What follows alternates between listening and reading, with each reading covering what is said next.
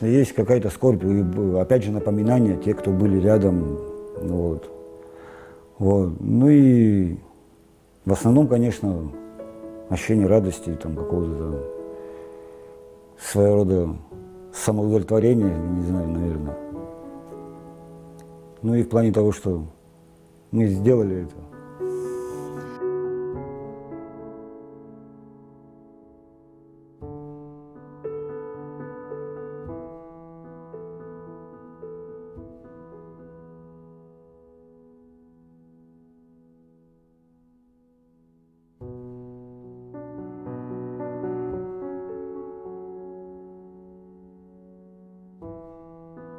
Валера Шулумба, брат мой, который погиб, герой Абхазии, Иван Дугович Виктор.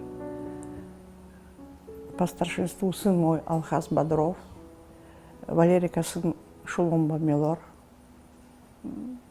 я. И Тимур Шулумба.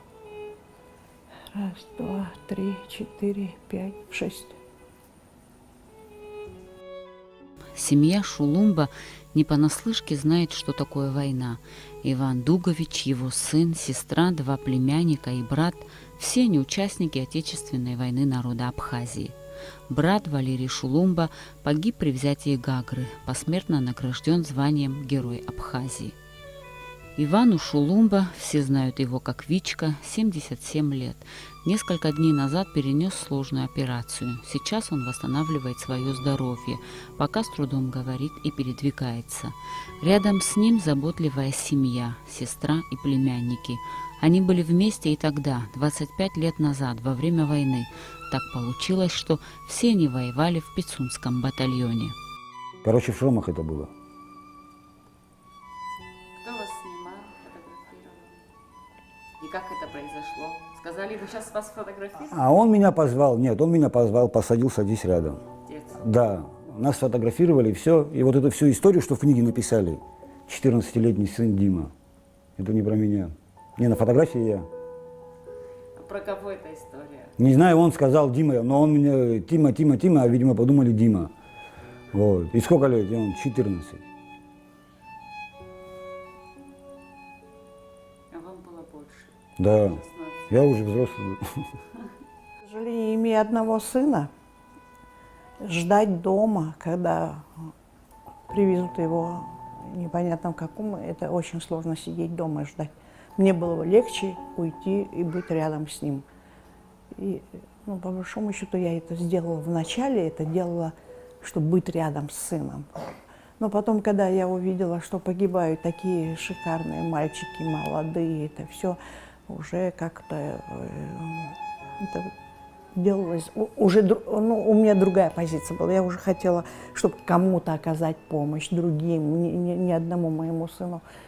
И я как бы делала все, что в моих силах. Алхаз Бодров – единственный сын Людмилы Шулумба. Сейчас он взрослый мужчина, отец 3 детей. Но тогда ему было больше, чем его старшему сыну на этой фотографии. Когда случилась беда, остановить его было невозможно. 14 августа я была в Стамбуле. Мы прибыли в Батуми, из Батуми на теплоходе. На теплоходе нам сказали, что началась война в Абхазии. Я когда пришла домой, с трудом мы добрались домой, сына моего уже не было, он пошел воевать. И автомата не было у него, и мы собрали, если пошел воевать, значит, надо ему автомат.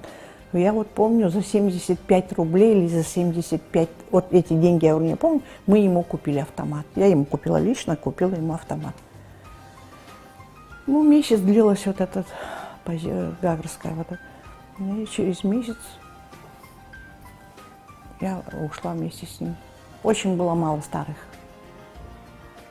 Вся молодежь была. которых я знала, которые учились с моим сыном, которые выросли у меня на глазах, которые на моих глазах погибли. Это было очень тяжело. Ариачкун копш дошлымбу, я бюхшилуп ива гижваб хюске. Я б гиерген, пицундат бе батальонах на яйцей башвы.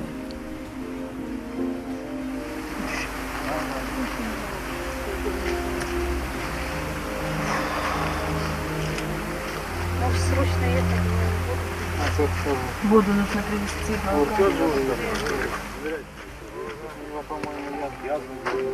Ну кого? Так, более утоляющее что-нибудь держите. Не надо. Баралги. Самое сложное было подняться на Цугуровку. Это было что-то, проливной дождь. Такое, поднимешься скользко, опять через 2 минуты на том же месте, где ты начинал. Это было очень сложно. 3 суток мы вот под проливным дождем, и дальше идти мы не могли. Там вроде бы было заминировано, не успели разминировать, и пришлось спускаться обратно. Уже уровень воды Гумисты тоже поднялось очень высоко. Очень сложно было. Был в мартовском наступлении, но не с Пицунским батальоном. Потом поднялись мы на Цугуровку, и потом уже Камань и Шрома.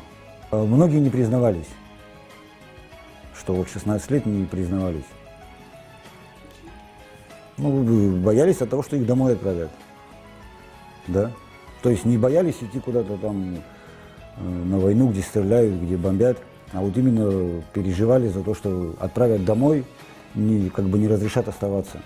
Брали взрослого человека, 66-й газон машина. И вот ребят молодых туда сажали и отправляли домой. А вас не пытались? Я убежал. Людмила Шулумба была командиром медико-санитарной части при Пицунском батальоне. Она вместе со своей бригадой находилась неподалеку от боевых действий. Задача медиков – оказание первой необходимой помощи. Ляля – так называли ее однополчане, а ровесники ее сына – мама Ляля. Для них она стала и другом, и сестрой, и матерью. И умирали самые такие хорошие мальчики. Я думаю, что кто пошел на войну, они все хорошие были. А кто любил себя, они смогли уехать, перешли Псу и ушли, а потом вернулись и прекрасно себя здесь чувствуют. На Цугуровке 3 суток мы вот заминировано, вот так стояли, обнимая друг друга, потому что кому охота оторвать ногу и руку. Вот так мы 3 суток. Это уже как-то и самолюбие, и как-то и прощароб, и неудобно как-то вернуться домой. Я бы с великим удовольствием, были моменты, что я убежала бы домой. Мне страшно было. Я год не могла прийти в себя. Я лежу, мне сыпалось вот с потолка все. Это мне вот так казалось. Это было очень сложно, очень тяжело. Контузия страшная была, вот из ушей вылезала. Вот это. Просто подсознание есть. Если, допустим, что-то не сделаешь так, чтобы оттуда не стреляли, значит, будут в тебя стрелять. То есть это есть такой, как бы, между собой такой сленг. Не тебя, значит... То есть не ты, значит, тебя. В плане того, что убьют. Вот. Страх, естественно, был. Вот. А он потом само как-то выключается, само по себе. В процессе всего уже. То есть, естественно, поначалу страшно, там где-то стараешься укрыться, спрятаться. А потом уже какая-то начинается суматоха, и как бы уже об этом не думаешь. Из подсознания вылетает такая вещь, как страх, и уже инстинкт самосохранения, выжить. Тимур Шулумба после окончания 8 класса поступил в конное училище в Кабардино-Балкарии. Новость о начале войны на родине его застигла в Нальчике. Он ни секунды не думая вернулся домой и отправился вместе с отцом на войну. Сначала был связистом в роте, где комиссаром был его отец. Затем оставил рацию, взял автомат и принимал участие непосредственно в боевых действиях. Тогда ему было всего лишь 15 лет. Все мои братья, друзья, отец и тетя воевали, и я не мог оставаться в стороне, говорит Тимур. Война – это нечто вроде опасной и неизлечимой болезни, от которой можно умереть. Только смертельный исход наступает гораздо чаще, и смерть приходит в гораздо более разнообразных и страшных обличьях, писал Ремарк в своем романе «На Западном фронте без перемен». То, что война беспощадна, Ляля Шулумба на фронте убеждалась каждый день. Был такой момент, он подошел, смотрю, пахнут носки его. Я взяла и ему постирала. И вот здесь сбоку написано было АБЦ. Ну, такие буквы были. Ну, одел. И буквально где-то через часа 3 несут в этой носилке парня, закрытый этой простынью, и носки АБЦ. Ну, я подумала, это он, брат мой. Я снимаю эту простынь, а там лежит Миша Дбар. Вот такой мальчик был. Мама была еврейка, умнейший мальчик. Вот в тот момент я готова была увидеть брата своего на место Миши, а Миша, чтобы был живой. У Миши вот через шлем вот осколок попал, мозги вот в этом, рука оторванная. Это было очень сложно. И мамы не было у него. Она раньше ушла из жизни. Я как смогла почистила его и руку эту пришила. Ну, хороший мальчик был. Московский государственный университет с отличием закончил. Умнейший парень был. Сколько лет ему? Ну, лет 22, 23, может, 24. Ну, просто мы не готовы были к этой войне, мы не могли, вот наши вот, умных, ну, все хорошие дети, но нужно же было кого-то сохранить. Это не получилось у нас, просто мы не знали, неожиданно это все началось. Очень многих можно было не отправлять на эту войну, они бы сейчас нам пригодились бы. Они, может быть, жизнь в Абхазии сделали бы гораздо лучше. Тимур, его тетя Ляля, отец и 2 двоюродных брата в составе Пицунского батальона принимали участие и в последней наступательной операции по освобождению столицы. Операция была сложной, но необходимой, вспоминают ветераны. К сожалению, Иван Шулумба не дошел до площади, он получил ранение на подступах к Сухуму. 28 сентября был ранен и сын Ляли, Алхас Бодров, и ей пришлось отправиться за ранеными братом и сыном в Афон. А Тимур дошел до победного конца. Число 15 сентября для меня уже было все. И понятно, и ясно. Оставались пленные, ну там прям единицы, 5-6 человек. Вот, и они рассказывали, что там группа туда уехала. Как бы они сами все рассказывали. Вот из тех, кто оставались, они говорят, нет, группа уехала там, нас ждут. И получалось, одного человека отправляли туда, чтобы он пошел, поговорил, что сложите оружие, не надо никакой кровопролития, спокойно хотите, вот коридор есть, уходите. Вот. Но те, кто уходили, они не возвращались ни один. Это вот то, что прям в городе. Получается, те, кто там, допустим, прибежали, может быть, своих предупредить. То есть бывало такое, что в подвале ловили, подходили к дому и слышны были разговоры сверху.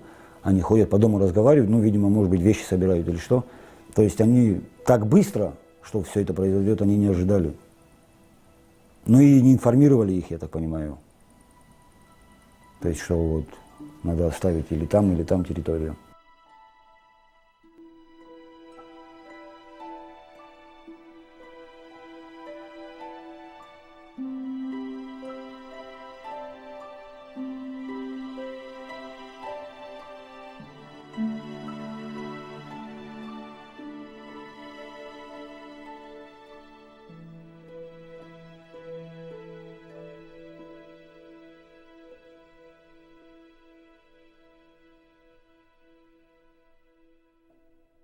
Мы продвинулись, надвисли над вокзалом и 2 суток ждали, когда низ, то есть с берегу моря, новый район, вот то, что продвинется, линия фронта выровняется с нами.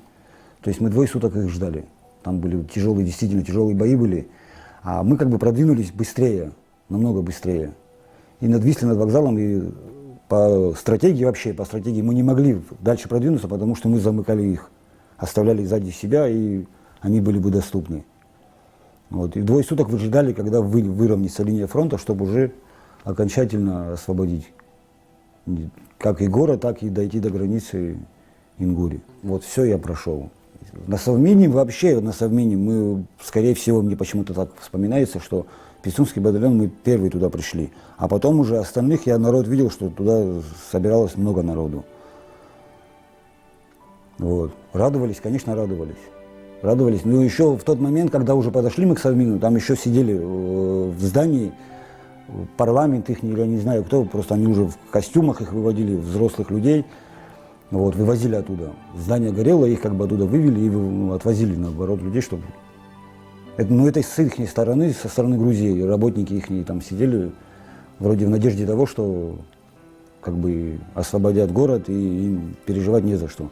У них работали телефоны на тот момент, то есть они работали, в рабочем режиме они находились. Вот именно в день взятия, там, когда уже подходили к Совмину.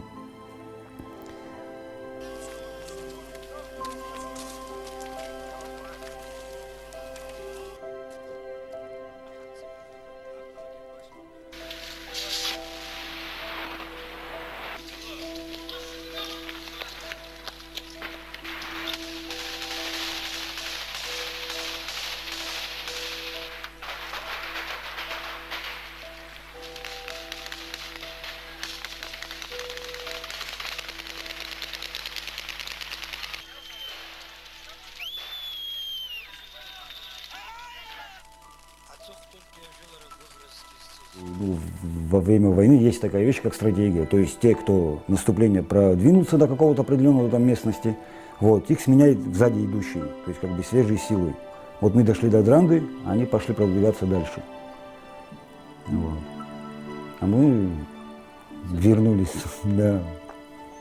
Ну вот папу ранили.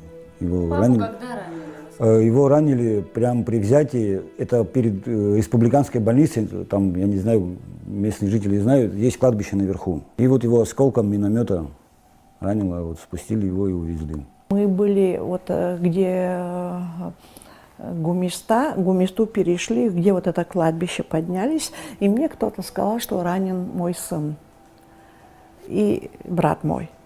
Когда я приехала в Афон, они мне говорят, его отправили в Гагры.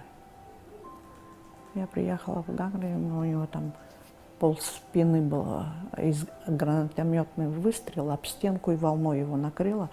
У него там где-то около 50 этих осколков в мягкой ткани, очень сильная, там и пересадка кожи нужна была. Здесь ничего не смогли сделать, отправлять надо было в Москву, возможность, ну, все, что мы имели, это же и дефолт, и с этими карточками нашими сберегать, ничего не, ну, в общем, отправили его, ну, что смогли, сделали.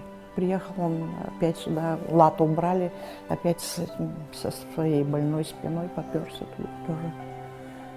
Там получил воспаление легких, в общем, с трудом. В Абхазии почти в каждой семье есть собственный герой, а в некоторых даже несколько. К сожалению, во многих семьях героям не удалось вернуться живыми. Подвиг каждого из них должен оставаться отпечатком в наших душах, ведь они подарили нам жизнь и будущее. Домой к себе не пустят врага. Это точно, однозначно. Вот. Постоять за себя, за родных, за близких, за дом очень даже. И, в принципе, доказали всему миру. Отчасти не знал, куда деться. Наконец-то закончился этот ужас, этот страх, который происходил с нами. Это же, конечно, я хочу пожелать моему абхазскому народу, чтобы они стали лучше жить, чтобы они любили друг друга, и чтобы, ну, опомнились, что так, кто плохо себя ведет, что так жить нельзя. Спасибо вам огромное всем. Поздравляю всех с Днем Победы, заслуженной Днем Победы. И желаю всем, и близким, родным, и детям, и чтобы этого никогда в жизни не повторилось. Почему нельзя забывать войну? Память – это единственное, кроме слов, чем мы можем сказать спасибо. Когда 25 лет назад дети, отцы и мужья уходили воевать, они были готовы к тому, что кому-то не суждено вернуться, но они смотрели в будущее и ценой невероятных усилий завоевали нам мир, который мы обязаны сохранить.